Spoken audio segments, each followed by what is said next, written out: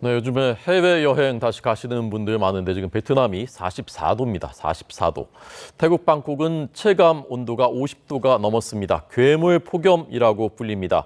남의 나라 얘기만이 아닙니다. 이상 고온 때문에 우리나라 꿀벌이 56% 절반 넘게 사라졌다고 합니다. 이렇게 되니까 지금 양봉농가, 또 과수농가, 종묘농가가 비명을 지르고 있고 수분이 안 되니까 꿀벌이 없으니까 당장 곡물 가격으로 지켜야 되게 되는 것이죠. 자, 먼저 지금 지구촌 상황 어느 정도 심각한지 잠깐 영상으로 보겠습니다. 지구촌의 심장, 뉴욕이 물에 잠겼고 영국 런던에는 대형 우박이 쏟아져 내렸습니다. 거대한 해일이 인도 뭄바이에 밀어닥쳤는가 하면 인도네시아에서는 홍수가 모든 걸 집어삼켰습니다. 캘리포니아 대형 산불은 몇 달째 타오르고 데스밸리의 온도계는 섭씨 56도까지 올라갔습니다. 늘 있던 일이라고 무심코 넘기긴 이제 어렵습니다. 1.5 degrees warming, and the difference between 1.5 degrees and 2 degrees for us really is a death sentence. If the world keeps getting warmer, the water will start rising and then there will be no land left. 물이 점점 차오르는 베네치아의 이 춤이 마지막 댄스가 되지는 않을지, 외줄에 매달려 부조되는 인도 주민의 모습이 인류의 현주소는 아닌지 지구촌의 신음이 깊어지고 있습니다. 네, 그래서 오늘 저희가 가장 권위 있는 정보 그리고 가장 권위 있는 해석을 해줄 분을 초대했습니다. 유희동 기상청장 나와 있습니다. 안녕하십니까? 예, 안녕하십니까? 어서 오십시오. 예. 자, 저희가 이제 늘 기후 변화 얘기를 하고 정말 심각하다라고 얘기를 하는데 이게 정말 심각한 건지, 아니면 어떤 분들은 기상이변은 늘 있어 왔던 일이고 너무 호들갑을 떠는 것이 과장돼 있다라고 보는 분들도 있거든요. 청장이 보시기에는 어떻습니까? 결론적으로 말씀드리자면 네. 지금 상황은 호들갑이나 이런 과장 얘기를 할 때는 아닌 것 같습니다. 지금 분명히 여러 가지 결과들, 그리고 과학적인 그 자료들을 의하면 분명히 옛날이랑은 상황이 완전히 다르다는 것을 분명히 인식해야 될 때라고 생각하고 있습니다. 네, 그게 속도가 조금씩 더 빨라지는 겁니까? 아니면 우리가 이제 여러 가지 노력들을 그래도 범지구적으로 하고 있으니까 조금씩은 좀 호전되고 있는 겁니까? 일부 노력을 하고 있고 많은 노력을 기울여 왔긴 했지만 네. 변화 속도는 예전보다도 훨씬 더 빠르다는 것이 IPCC 보고서에 나와 있는 결과이고 네. 모두 국민들뿐만 아니라 세계 시민들이 느끼는 결과가 아닌가 생각이 됩니다. 네, IPCC라는 거 좀 설명 좀 해주십시오. 예, 그 국가 간에 만든 국제기구인데요. 세계 기상기구와 UN 환경계획이 만든 국제기구입니다. 그러니까 그 가장 과학적으로 기후변화를 얘기할 수 있는 과학자들의 모임이 결성이 됐고요. 네. 그리고 거기서 나오는 여러 가지 보고서들이 특히 6, 7년에 한 번씩 나오는 종합보고서가 우리 세계의 기후변화의 교과서처럼 작용하고 있는 부분들이고, 모든 협약, 그다음에 기후변화의 그 변화에 대한 기본적인 자료로 사용하고 있습니다. 네. 그러니까 지금 점점 더 상황이 나빠지고 그 속도는 점점 더 빨라지고 있는 거군요. 예, 그렇습니다. 네. 한국 기온이 지난 100년 동안에 얼마나 올랐습니까? 한국 기온은 육상으로 따지면 1.8도씨 올랐고요. 1.8도씨요? 예, 세계적으로는 약 1.59도씨, 1.6도씨 올랐으니까 네. 그 비교하면 한 12, 13%가 우리나라가 더 세계 평균보다도 높다고 볼 수가 있습니다. 세계 평균보다도요? 예. 우리나라가 더 빠른 건 왜 그런 건가요? 그래서 일단 지금도 조금 더 저희가 조사 연구를 하고 있는 중이지만 네.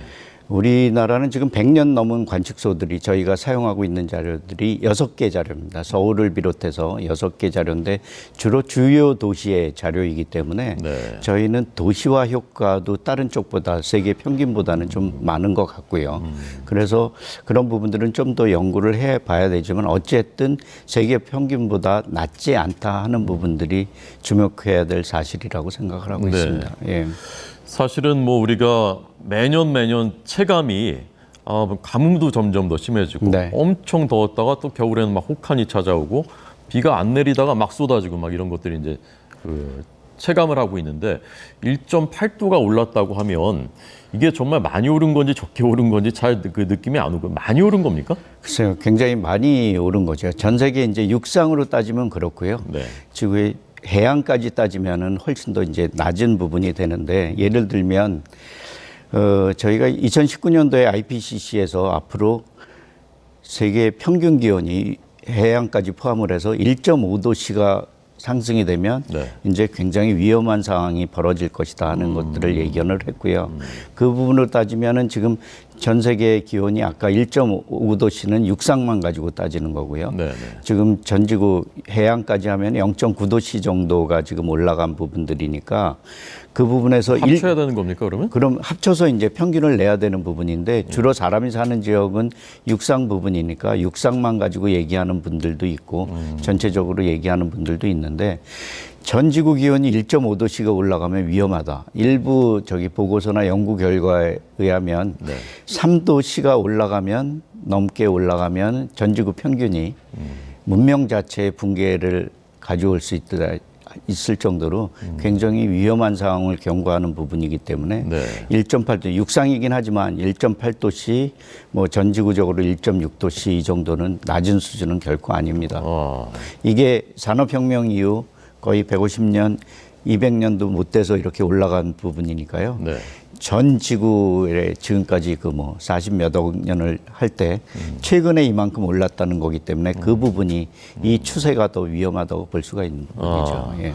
그러니까 지금 뭐 1.8도 올랐다, 3도까지 오른다 하는 그 기준이 산업혁명 이전보다 그만큼 올랐다는 예, 지금 그러니까 지난 100년을 가지고 얘기하는 거니까 주로 네네. 산업혁명 이후 인간에 의해 배출된 여러 가지 물질 때문에 그렇게 됐다고 봐지는 거죠. 네. 그러면 3도면 문명이 붕괴되는데 지금 그 한 150년 사이에 거의 60%에 해당하는 1.8도까지 벌써 올랐으니까 그러니까 전지구적으로는 0.9도씨를 얘기를 해야 되는 부분이고요. 아까 해안까지 해수까지 예. 그 부분까지 3도씨라고 그러는데 이게 뭐 선형적으로 올라가는 것이 아니라 이제 좀 빠르게 올라가는 부분이기 때문에 그 부분이 더 위험하다는 얘기를 경고들이 나오고 있는 상황입니다. 네. 3도씨가 더 오르면 문명 붕괴고 아까 1.5도씨가 이제 마지노선이다. 뭐 2도씨, 1.5도씨 얘기를 하고 있는데요. 네네. 근데 뭐 계속해서 2.0도씨를 얘기를 하고 있다가 2019년도 저희 송도 IPCC 총회 때 그거보다는 더 낮춰야 된다. 더 위험성을 경고해야 된다 하는 부분 때문에 1.5도씨로 낮춘 부분입니다. 그렇군요. 1.5도만 올라도 많은 것이 달라집니까? 그렇죠. 어떤 게 달라집니까? 뭐 예를 들자면 뭐 저희 각 분야에 사회적인 분야에 우선 물 부족, 식량 위기, 뭐 등등 뭐 질병, 뭐 사회 전 분야에 안 걸쳐 있는 부분이 없을 정도로 모든 분야에 영향을 받게 되고 그게 나쁜 쪽으로.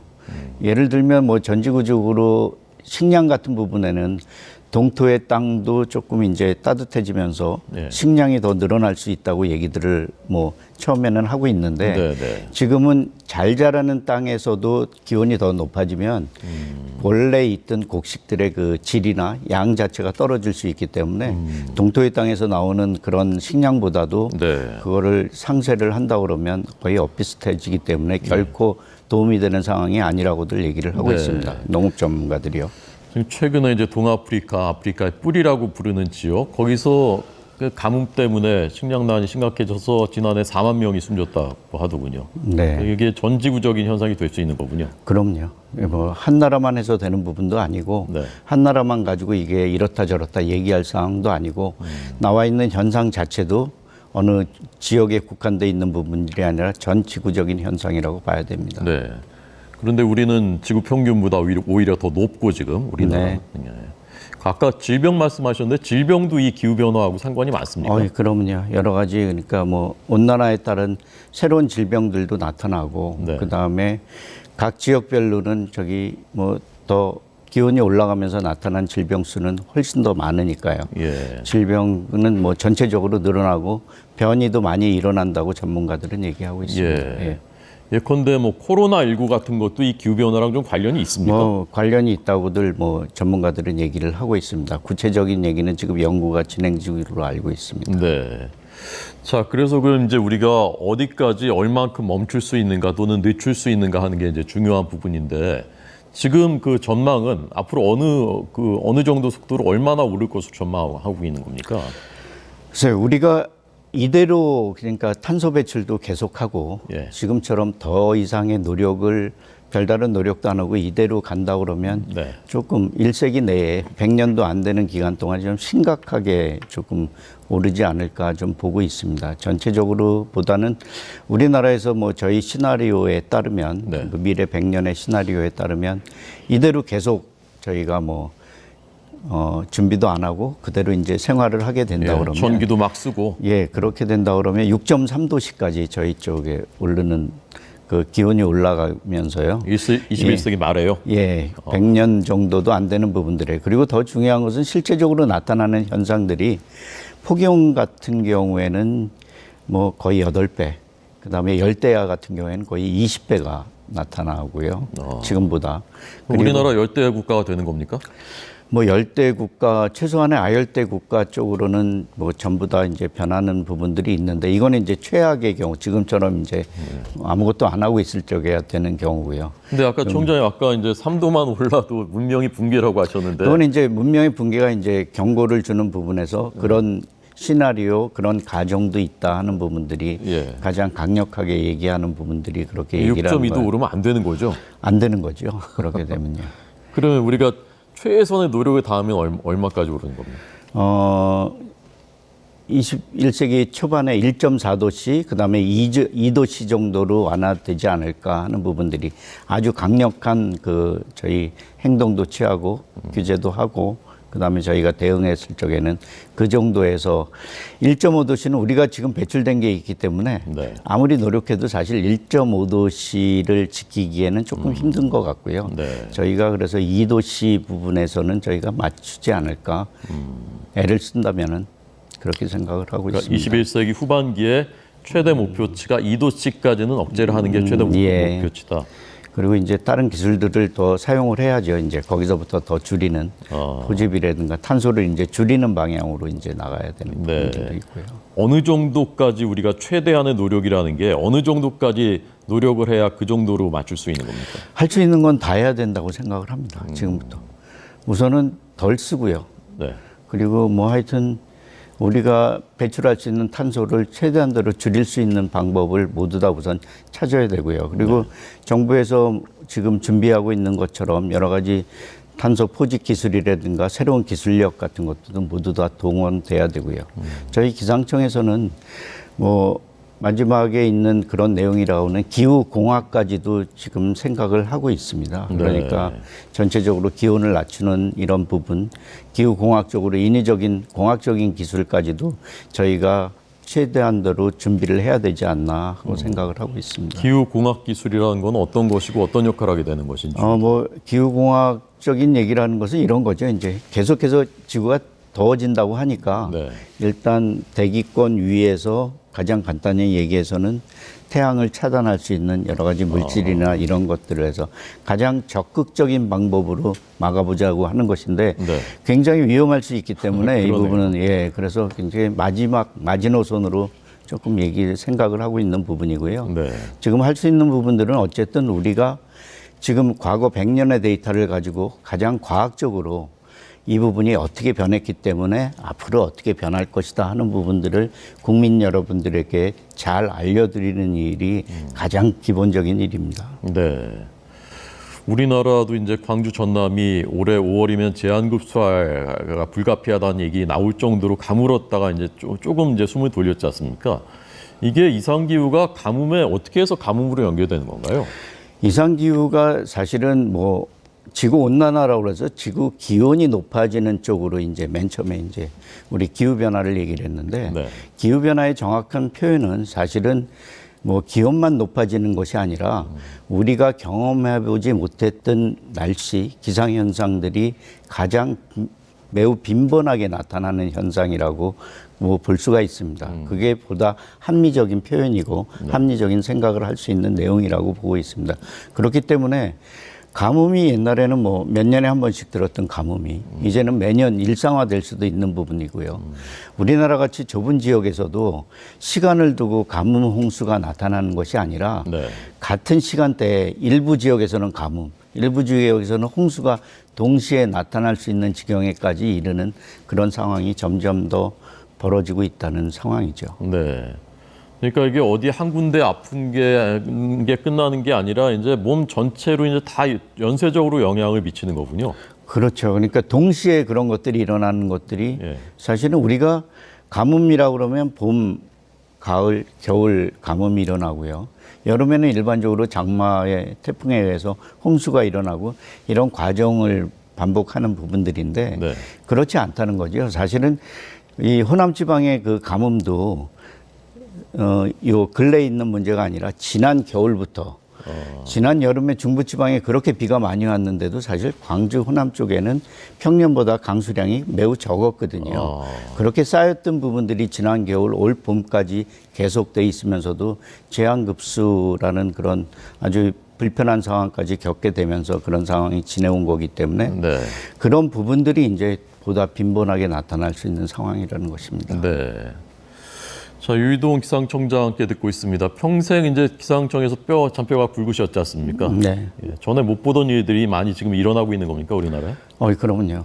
뭐 작년에 서울에 8월 8일 그 있었던 집중호우에 141.5mm라는 시간당 어마어마한 비가 내렸고요.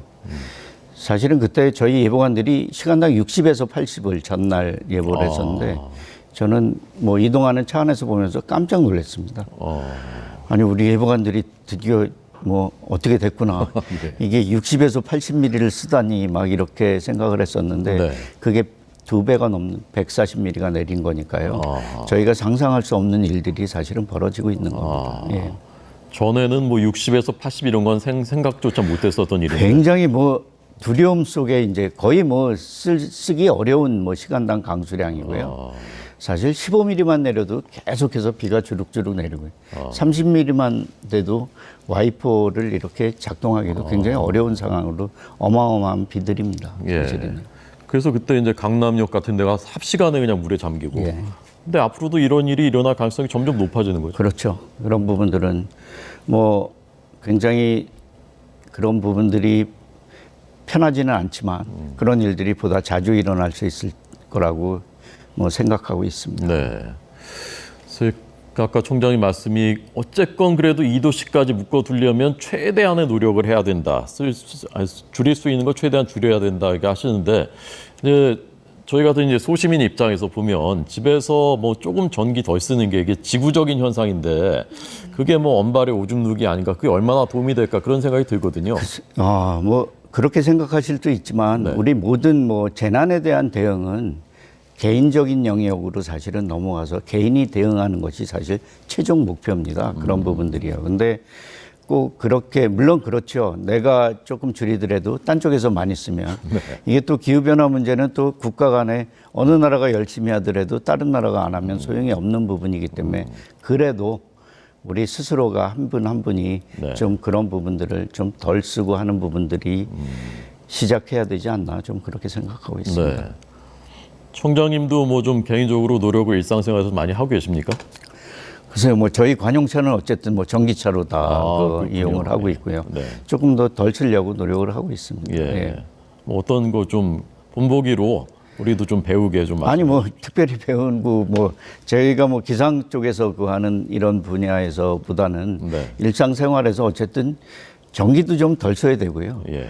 겨울에 저기 뭐 반팔만 입고 이렇게 집에서 지내고 이러는 것들에 대한 에너지 부분에 대한 부분도 좀 생각을 해 주셔야 되고요. 여름에 이렇게 냉방기를 틀어놓고 문도 열어놓고 이러는 것들은 사실은 일종의 지금은 불편함을 감수하는 정도가 아니라 네. 기후변화, 기후위기에 있어서는 사실은 재난에 관련돼 있는 부분이기 때문에 불편함 정도로 생각하지 마시고 네. 충분히 본인 우리 스스로가 예. 한 사람 한 사람 좀 적게 쓰고 적게 배출하고 하는 일들이 좀 벌어졌으면 하는 바람입니다. 네, 알겠습니다. 어젯밤에 그 동해에서 지진이 또 발생했는데 네. 규모 2.0 이상의 지진이 과거에 뭐 연 19.19회에서 지금은 70회로 늘어났다고 한. 이 지진도 이 기상청에서 예. 관할하시는 거죠? 예, 그렇습니다. 이것도 그 기후변화랑 관계가 있습니까? 지진은 기후변화랑 좀 관계가 없고요. 네. 사실은 자연재난 중에서 유일하게 예측이 안 되는 부분들이 지진입니다. 아, 뭐 다른 것들은 맞든 틀리든 이제 예측이라는 개념으로 넘어가서 대비를 하게 되는데 네네. 지진은 전혀 예측을 할 수가 없습니다. 그렇기 때문에 지진에 대한 대응은 빨리 감지하고 국민들에게 빨리 알려주는 방법뿐이 없습니다. 근데 그렇게 불안해하실 필요는 없는 게요. 꼭 네. 이게 선형적으로 2점대의 지진이 뭐 보다 자주 일어난다고 그래서 큰 지진이 일어난다는 것도 사실은 일부 학자분들은 주장하는 분들이 있긴 하지만 그게 선형적으로 그렇다고 확실한 결과는 나와 있는 부분들이 없습니다. 그리고 꼭 낮은 지진들이 자주 일어났다고 그래서 꼭 불안하실 필요는 없을 것 같습니다. 네, 네. 알겠습니다. 자, 오늘 유이동 기상청장께 들으면서 좀 심각하구나라는 걸 이제 다시 한번 인식하고 작은 노력이라도 해야 되겠다라고 이제 다시 한번 다짐하게 됩니다. 최근에 기후변화 전도사로 이제 여러 곳에서 이제 강연도 하시고 또 인터뷰하시고 하는 거 봤는데 빅데이터 중요하다는 말씀 많이 하시던데 마지막으로 이거 좀 왜 중요한지 좀 설명해 주십시오. 우리가 기후변화를 인식하게 된 것은 사실은 기상 기후 데이터. 기후라는 것이 뭐 하늘에서 뚝 떨어진 것이 아니라 날씨 기상이 여러 해 동안 모아져서 있는 현상들이 그 변화가 이제 기후변화 그리고 그 사회적인 위험성을 얘기하는 것이 기후위기이기 때문에 우리가 가지고 있는 자료로부터 모든 것들을 출발해야 된다는 겁니다. 그래서 앞으로 100년, 50년 후의 미래도 국민들이 조금 신뢰감 있게 이런 것들을 받아들이면서 스스로 대응할 수 있는 그런 높이까지 가기 위해서는 과학적인 데이터를 가지고 지금까지는 이래 왔습니다. 그렇기 때문에 국민 여러분, 이 자료를 가지고 우리가 분석하고 미래를 예측했기 때문에 이렇게 변할 예정이니 더 주의하셔야 됩니다 하는 부분들을 네. 저희가 기상청이 더 해야 된다는 얘기죠. 그렇기 때문에 과거 100년, 우리가 가지고 있는 기상청이 가지고 있는 과거 100년 데이터, 그리고 예측하는 미래 100년 데이터, 합해서 200년 데이터를 보다 과학적으로 분석하고 조금 쉽게 해석해서 국민들에게 알려드리는 역할을 해야 된다는 뜻, 빅데이터가 중요하다는 그런 뜻이었습니다. 네. 예. 기상이변이 심해져서 일기예보하기도 더 어려워지셨습니까? 뭐 훨씬 더 어려워졌고요. 옛날 예보관들이 지금 열을 봤다 그러면 네. 저희는 지금 뭐 지방에서 이렇게 사람 인프라까지 해서 15 정도를 지금 보고 있습니다. 그래서 마른 수건에 물자 내듯이 이제 모든 인프라를 좀 집중을 해서 하고 있는데요. 네. 작년 같은 경우는 이제 15만 봐서도 부족하다. 이게 17, 18은 지금 돼야 된다 하는 생각을 가지고 있습니다. 그만큼 분석하고 봐야 될 거, 그다음에 예측해야 될 범위가 넓어졌기 때문에 우리 예보관들이 굉장히 어렵고 불안해하고 있는 것은 사실입니다. 네, 예. 알겠습니다. 자, 지금 빨리 멈춰야 한다. 그러지 않으면 큰일 난다라는 유이동 기상청장의 말씀 들었습니다. 오늘 감사합니다. 잘 들었습니다. 예, 고맙습니다.